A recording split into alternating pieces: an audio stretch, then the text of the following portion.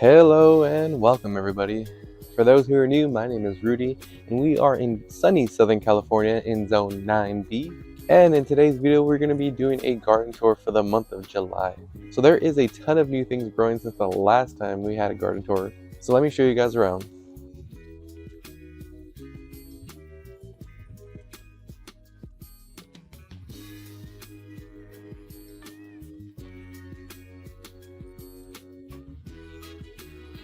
First and foremost, we have the Roma bush variety of tomatoes.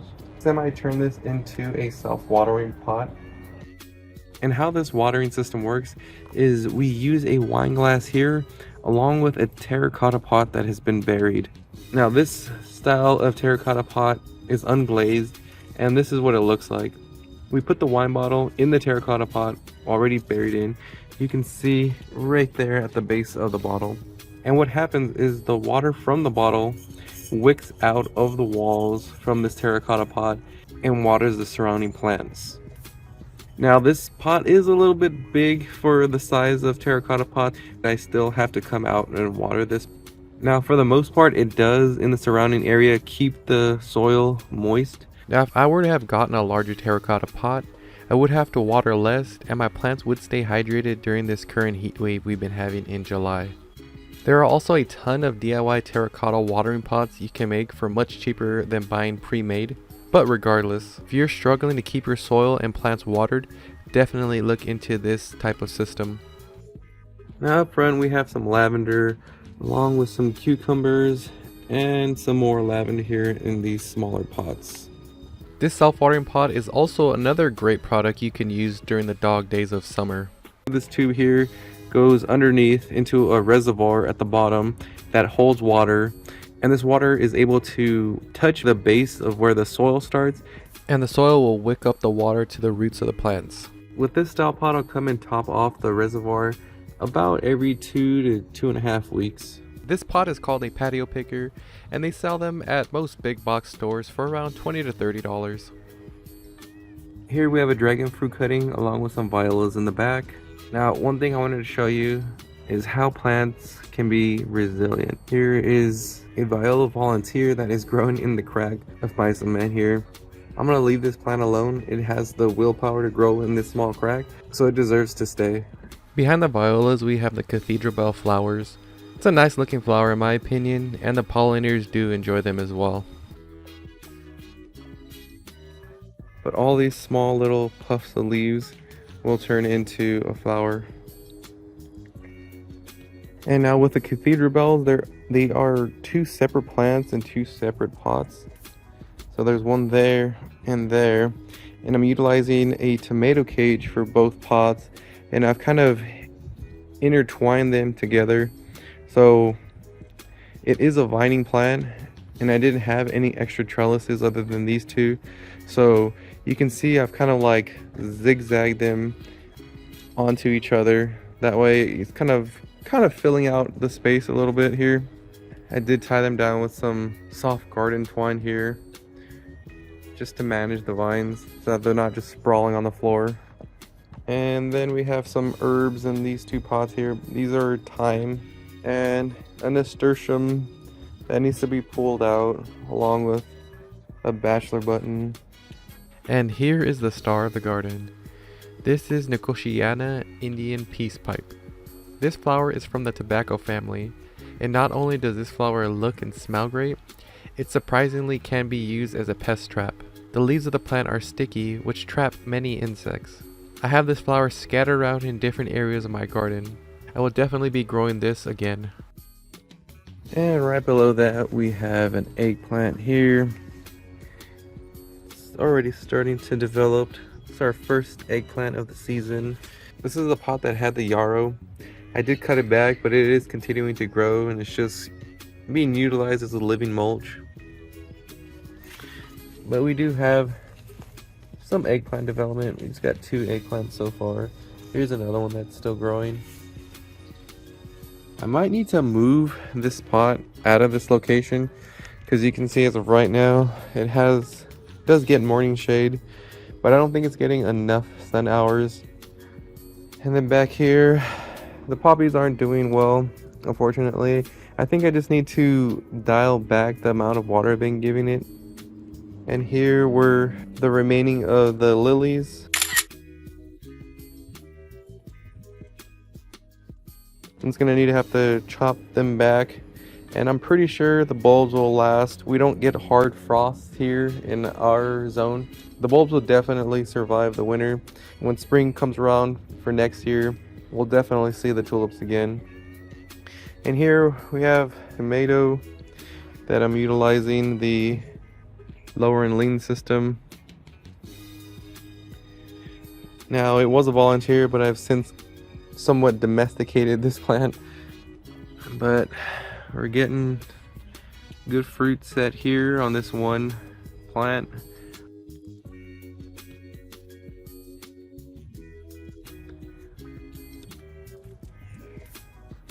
And we have another Indian peace pipe. Now, before we go any further, I just wanted to show you guys the shade system that I have here. These are some 10-foot T-posts. They go about 2 feet in the ground and about 8 feet above. At the tops of each of the T-posts are T-post polytape corners, or end insulators. These are mainly used for a style of fencing, but here I'm using it to string along this turnbuckle steel wire across the length of my garden. Then I use simple carabiners to attach the shade cloth. This isn't the best permanent solution, but it is an upgrade to what I used to have previously. I used to have PVC pipe that I would roll the shade cloth across and hold down with PVC clamps. In total, I have 6 10-foot T-posts and 2 10x20 shade cloths. Now these shade cloths are 40%, meaning they block out 40% of the sunlight. Now, even though your plants would appreciate some shade when the temperatures are high, they still need light to photosynthesize.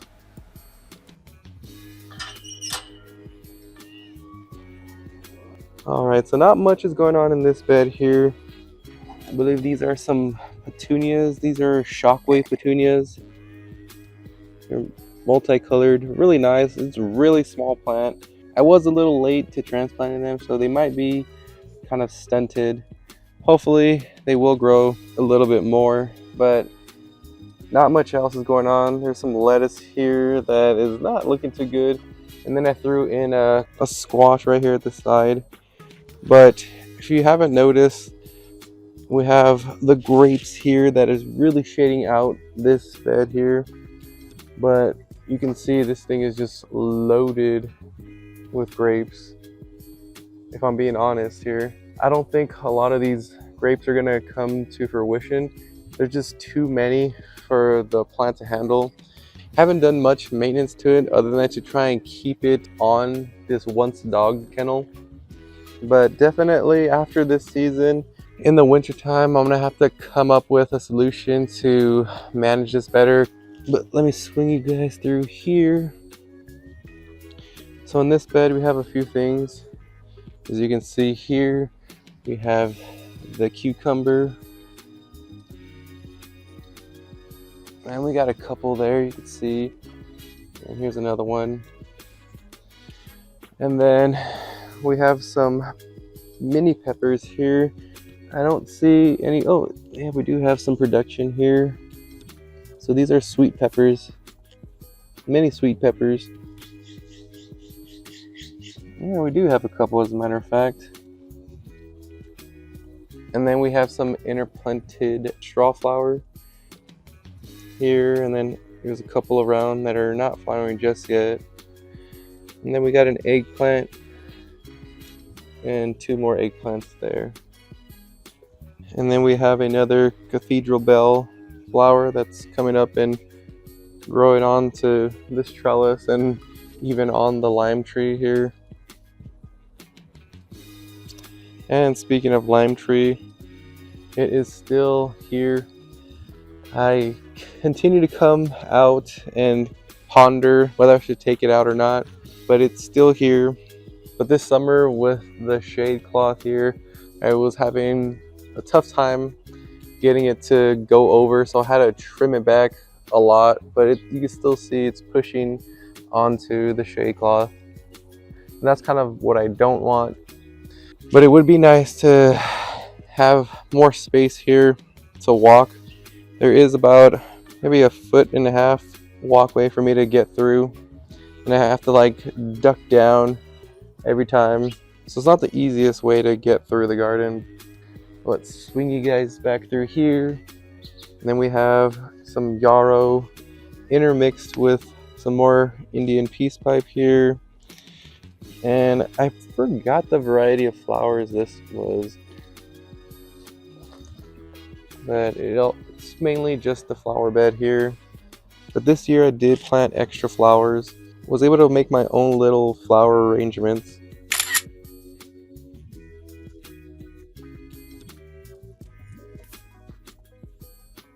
So now let's walk you through here. We got, again, the overflow of grapes in here.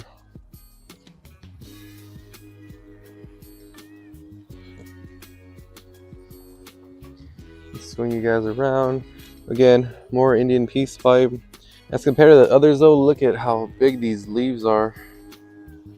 It's just really, really large.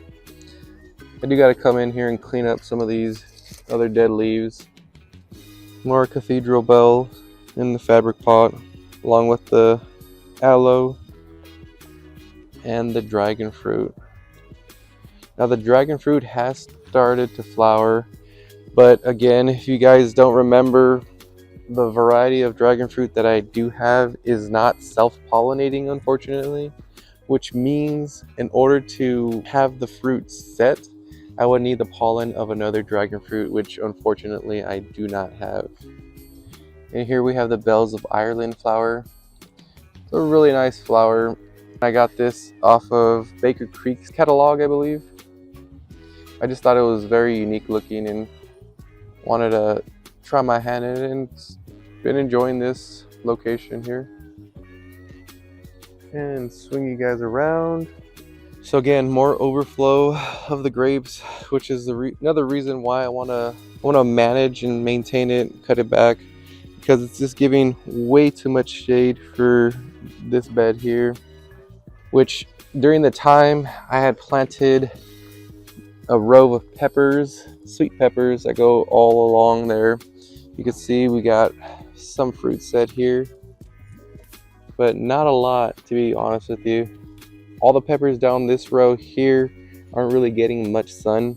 This one is getting the most since it is south facing. But when I first planted them, these grapes were not filled in at all. In fact, it was quite open and had lots of sun. I didn't take into consideration the grapes and how they would grow. So that's why we have some puny peppers basically throughout this entire bed. I did transplant a squash in here. This is a round zucchini variety. This one's the same variety as this one here, but this one was planted much earlier than that previous one. And there we have a small little fruit set here. As I said before, this is a round zucchini variety. And down this end are some more sweet peppers. Now, as you can tell how drastically different they look as compared to these puny stretched out ones. But you can see we do have some peppers growing. And back here we have a volunteer tomato. This one isn't in the bed, but I just let it grow. I should take it out. It's probably gonna promote some disease because it's just growing onto the floor there. And then I had to throw on this extra shade cloth here. During the heat of the day, this is all shaded out except for the edge here with all the peppers. And as you know, peppers do like heat, but they would enjoy some shade when it's above 90 or more. And here we have a tower of mint. If you don't know, mint can be a bully in the garden. So if you were to plant mint in a bed, they would basically overtake it. So that's why I'm trying to contain it here in this little towering container. Now this one here, the system is from the Dollar Tree, so each of these were, you know, a buck 25, and you know, you're able to stack them up. And swinging around here, well, here's the Kiana. This was honestly a volunteer. If you've seen any of my last grow series, you'll know that I had some hermaphrodites, and with the hermaphrodites came the seeded harvest, which a lot of that extra I didn't want, so I just tossed it in the compost, threw the compost into these beds, and lo and behold, we have ourselves a volunteer here.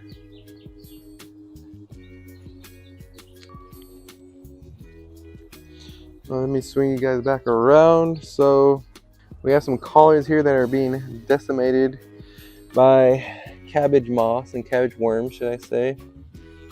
You can see the poop in there.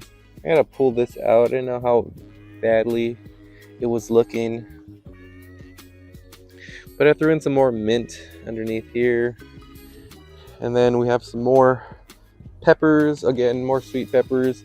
I think last year I grew too many hot peppers and we didn't manage to eat them all, but we do enjoy ourselves some sweet peppers. But we're definitely going to let these ripen up. We have some more Strawflower. I threw in our rail planter here. And I believe these are, oh, this is balloon flower, but I believe I had stunted it. From what I've read, balloon flower doesn't like to have its roots messed with. And I did transplant it twice. This is the final transplant, but it has been stuck in this size, so I don't think it's going to be doing much at all. So I'm just going to reutilize these pots and throw something else in. Here in this bed we have a few things. We have the Strawflower here, as you can see, just different varieties of Strawflower. We have another Indian peace pipe, and then we have the tomatoes in the back.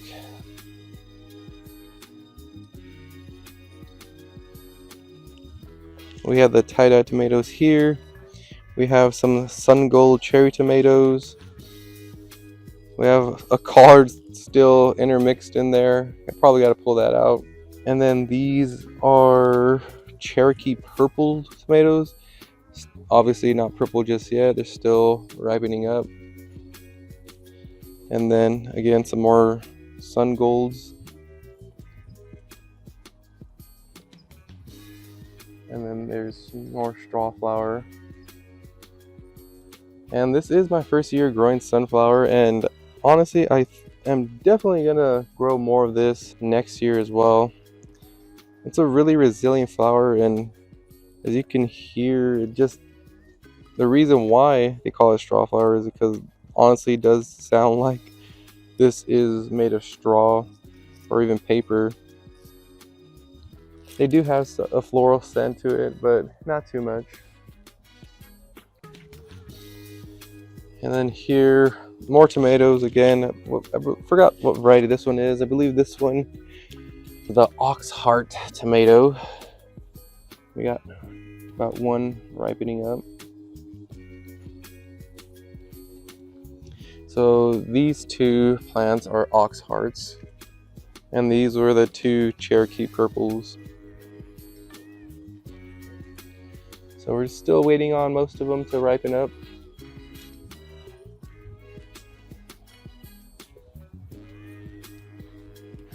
Now here, I believe these were called I believe these were daisies. These are sunburst daisies, if I'm not mistaken. Now they were a lot fuller, and I had to cut them back. Maybe a third helping of flowers are starting to pop up. However, I definitely had to clear this out soon, because there is powdery mildew on the leaves, and I definitely don't want them to transfer to the tomatoes since they're so close. And here we have some more cucumbers here up in the front. You see some fruit, and this is what's remaining of the bachelor buttons. Here's a black variety of bachelor buttons. And then some more squash interplanted, along with some Celosia flamingo. So these are going to be a pink style celosia. Yeah, some more squash and celosia and some collards. We got some more squash here along with some mint. And this is another bushing variety tomato. This one's a yellow cherry tomato.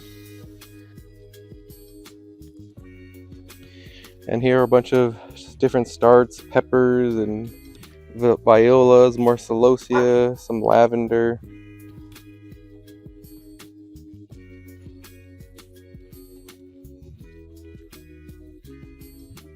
And that concludes today's tour. Thank you guys all so much for watching. And if you did enjoy the video, don't forget to throw up a thumbs up. And if you want to see more content like this, you can click on any of the thumbnails to the side of me. One of which is going to be a garden tour playlist that has my previous garden tours that I've done. Now, if you want to stay up to date with all my videos, you can click on the on-screen icon right below me to subscribe.